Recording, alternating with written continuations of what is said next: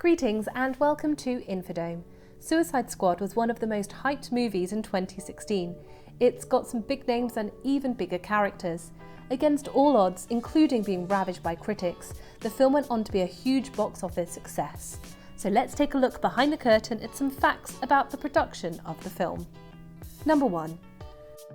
Suicide Squad was filmed in both Toronto and Chicago, but was primarily filmed in Ontario, Canada, with many major scenes filmed in downtown Toronto. The movie began shooting in April 2015 and wrapped in August of the same year, with some additional filming in Chicago. The principal photography was filmed in Canada, where it is cheaper to create a high-budget movie. Number 2. At San Diego Comic-Con, a trailer for the movie was supposed to be shown as an exclusive Comic-Con privilege.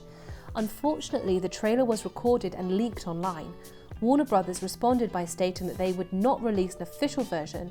However, after failing to contain the footage, they were forced to release a statement which said, "We will release the same footage that has been illegally circulated on the web in the form that it was created, in high quality with which it was intended to be enjoyed.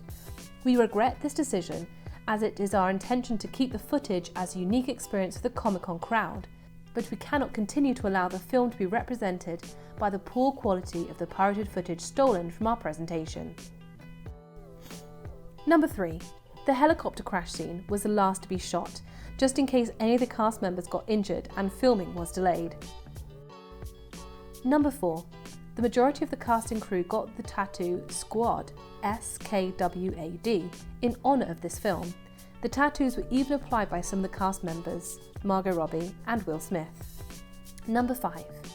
To prepare for his role as Deadshot, Will Smith shaved his head and spent time training with Navy SEALs and Army Rangers, practicing firing a Glock 9mm handgun and an AR-15 rifle. Smith turned out to be a quick learner, particularly with the long-distance shots using the AR-15.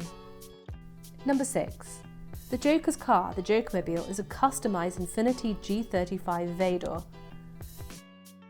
Number 7.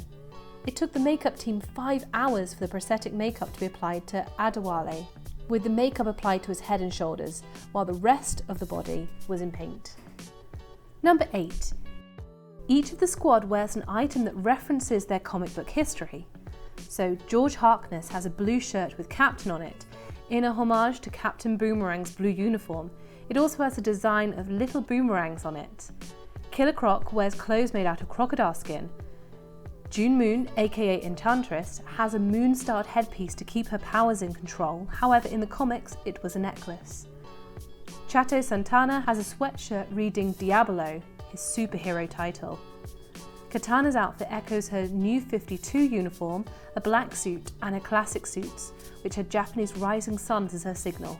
Harley Quinn's colour scheme is red and blue, inspired by her appearance in the New 52 DC Comics, where she is a member of the Squad. Finally, Deadshot uses an eyepiece that resembles his comic avatar. Number 9. Will Smith tried to party with the cast of 20-somethings, however he couldn't keep up. He even said in an interview he needed a couple of naps. He said, "I'm 47. Do not hang out with 20-year-olds. Do not do it. It ruins every aspect of your 40-year-old life when you try to hang out with 20-year-olds. He said that he had about 6 weeks on set when he was like, "I can be 20, this is fun." But then he said from tattooing to working 14-hour days, then hanging out for 4 hours in parties on set, he needed a nap. Number 10. Margot Robbie learned how to hold her breath underwater for up to 5 minutes or longer just for this movie.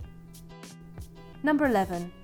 As the movie was made by comic fans, it's full of Easter eggs considering other comic book movies. For example, when Harley Quinn is robbing a purse, she destroys a showcase and the logo of the Watchmen can be seen in the background. Number 12. Throughout the history of Deadshot, his eyepiece has always been worn on the character's right eye. For reasons unknown, Will Smith wears the eyepiece on his left eye. Number 13.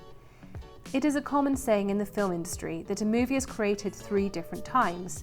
First in script, second in the filming, third and final when the film is edited.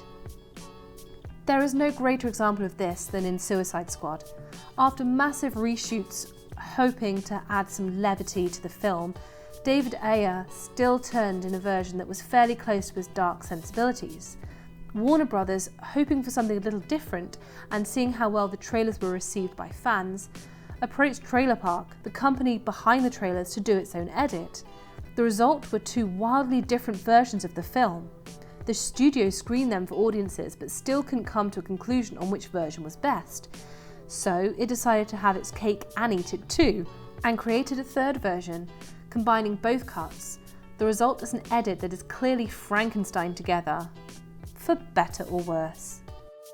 Number 14. Throughout the course of promoting Suicide Squad, actor Jared Leto was far from shy with divulging behind-the-scenes secrets.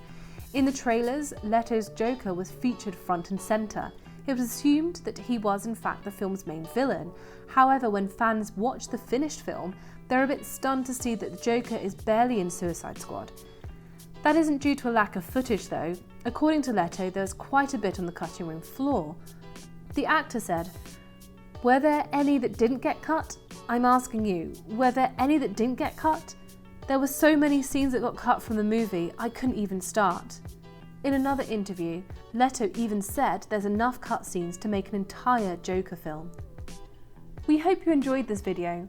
We release videos just like this one every week, so make sure you subscribe to the channel and ring the bell to be notified about all future videos. Until next time.